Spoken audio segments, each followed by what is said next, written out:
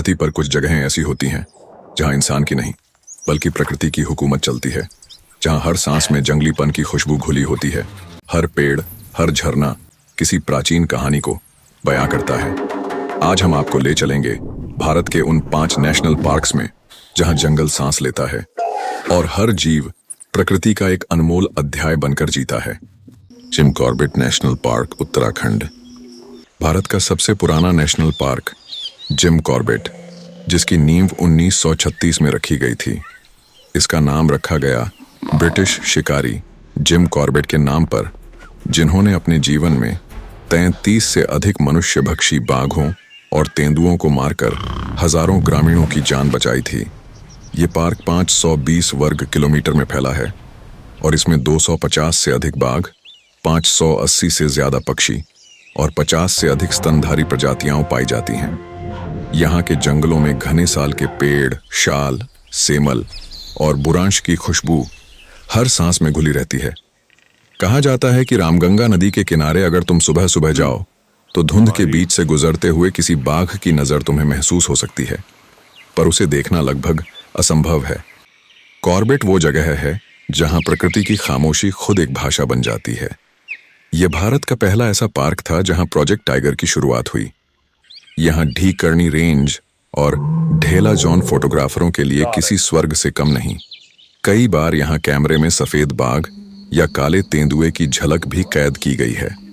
Kaziranga national park, Assam. Bharat के उत्तर पूर्व में फैला एक जंगल ऐसा भी है जहाँ धरती के सबसे दुर्लभ जीव आज भी अपने प्राचीन स्वरूप में सांस ले रहे हैं। यह है काजीरंगा नेशनल पार्क, असम की धड़कन और भारत की जैव विविधता का सबसे बड़ा गहना, जहां रहस्य, रोमांच और खतरा हर मोड़ पर है। काजीरंगा की कहानी 1905 में शुरू होती है, जब वायसराय की पत्नी मैरी कर्जन ने यहाँ के गैंडों की घटती संख्या देखी थी। तभी ये क्षेत्र रिजर्व फॉरेस्ट बना और आज लगभग 43,000 हेक्टेयर में फैला Kaziranga UNESCO world heritage site है। काजीरंगा ब्रह्मपुत्र नदी के किनारे फैला है, जहां हर साल बाढ़ आती है।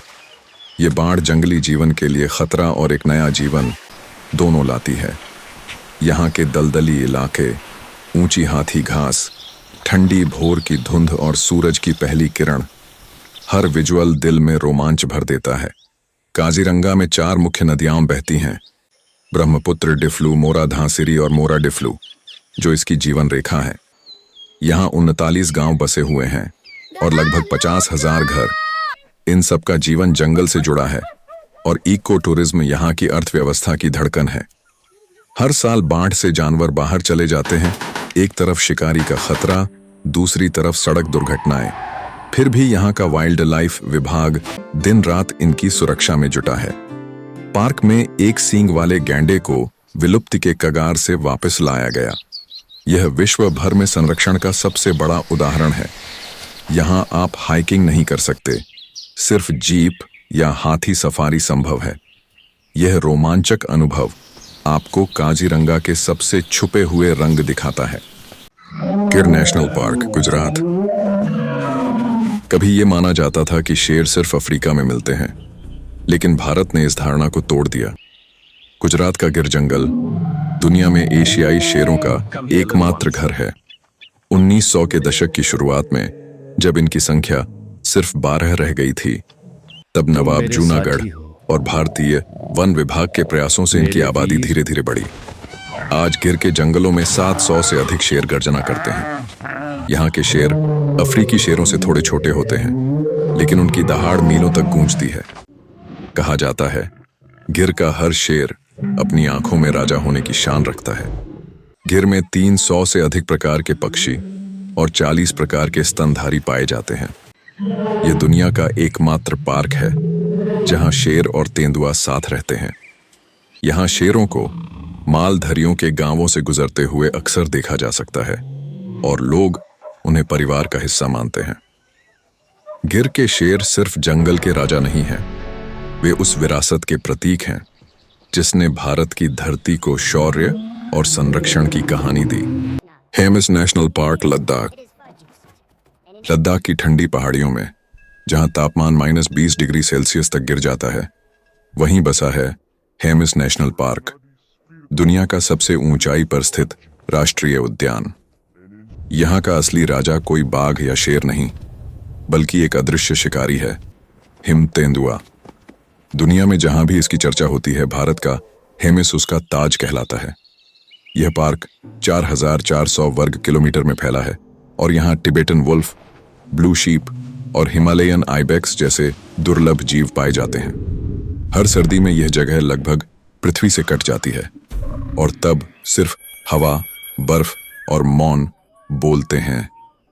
हेमिस में लगभग 200 से अधिक हिम तेंदुए रहते हैं, जो इसे दुनिया में सबसे बड़ा स्नो लेपर्ड रिजर्व बनाता है। यह हेमिस मॉनेस्ट्री के नाम पर रखा गया है, जो 11वीं शताब्दी का प्राचीन बौद्ध मठ है। यहाँ आने वाले फोटोग्राफरों को स्नो लेपर्ड की एक झलक पाने में हफ्तों लग जाते हैं, और वही एक झलक अमर हो जाती है। हेमिस में इंसान नहीं, बर्फ की आत्माएं रहती हैं। सुंदरबन, पश्चिम बंगाल। भारत और बांग्लादेश की सीमा पर फैला सुंदरबन दुनिया का सबसे बड़ा मैंग्रोव फॉरेस्ट है। यहाँ की मिट्टी में खारा पानी, मगरमच्छों का संसार और बाघों की गंध घुली होती है।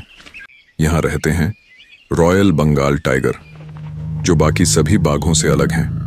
ये तैर सकते हैं, नदी पार कर सकते हैं और शिकार को पानी से खींचकर ले जा सकते हैं। इनकी संख्या करीब 100 से अधिक है, लेकिन हर बाघ यहाँ एक छाया की तरह आता जाता है। दिखाई नहीं देता, बस महसूस होता है। सुंदरबन का नाम सुंदरी पेड़ों से पड़ा है, जो यहाँ के सबसे आम मैंग्रोव पेड़ हैं। यह भारत का सबसे बड़ा टाइगर रिजर्व और यूनेस्को वर्ल्ड हेरिटेज साइट है। यहाँ टाइडल जंगल की धारणा मिलती है, जहाँ ज्वार भाटा से हर दिन भूभाग का रूप बदलता रहता है। आपको हमारी वीडियो कैसी लगी? कमेंट करके जरूर बताइएगा और हमारे चैनल को सब्सक्राइब कर लीजिए।